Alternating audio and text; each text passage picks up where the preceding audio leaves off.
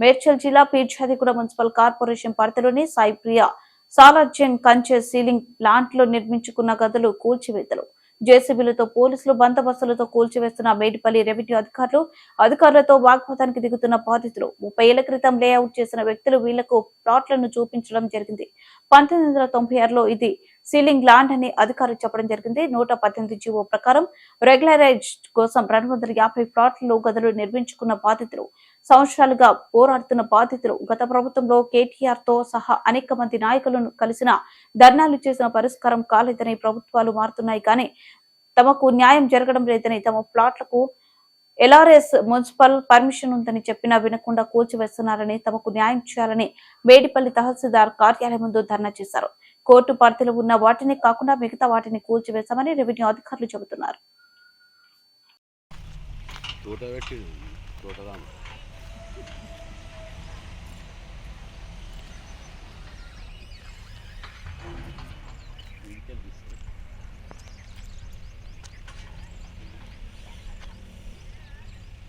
వాళ్ళు చదువుకున్నారా సంకటాకిన వాళ్ళు మరి రిజిస్ట్రేషన్ అయినప్పుడు ఇది గవర్నమెంట్ ల్యాండ్ అని చెప్పాలి కదా. మాకు చెప్తే మేము అప్పుడు ఆపేస్తాం. మాకు చదువు రాదు.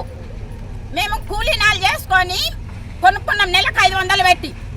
ఇప్పుడు వచ్చి ఈ రాజకీయం నాయకుడు వస్తాడు, ఆ రాజకీయం వాళ్ళంట కోట్లు ఖర్చు పెట్టిండ్రంట. ఇప్పుడు మమ్మల్ని దోచుకొని తింటారంట. ఏమనంటే డబుల్ బెడ్రూమ్లు ఇస్తున్నాము, ఏమనంటే ఇందిరాగాంధీ ప్లాట్లు ఇస్తున్నాము, ఇందిరాగాంధీ ఇండ్లు ఇస్తున్నాము అంటున్నాం. కుక్కల కొడుకులారా మీరు వణికిచ్చిండ్రా? మీరు మా కష్టం మాకు ఇస్తలేరా? మా రక్తం తాగుతున్నారా?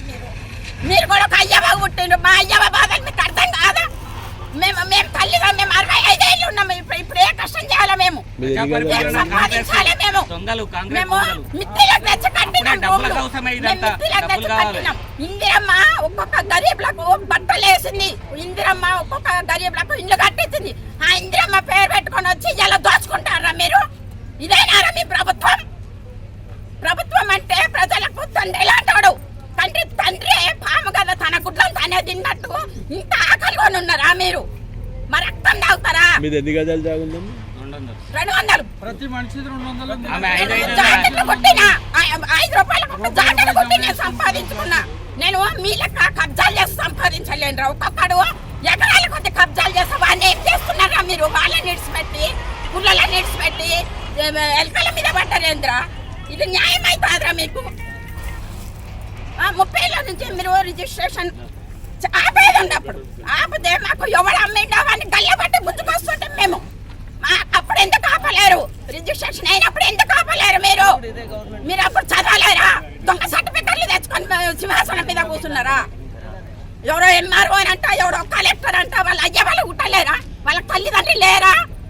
వాళ్ళ అన్యాయంగా దేవుడి నుంచి ఊడిపడ్డారా? వాళ్ళు రాముని రాజ్యంలో ఇటువంటి రాక్షసులా?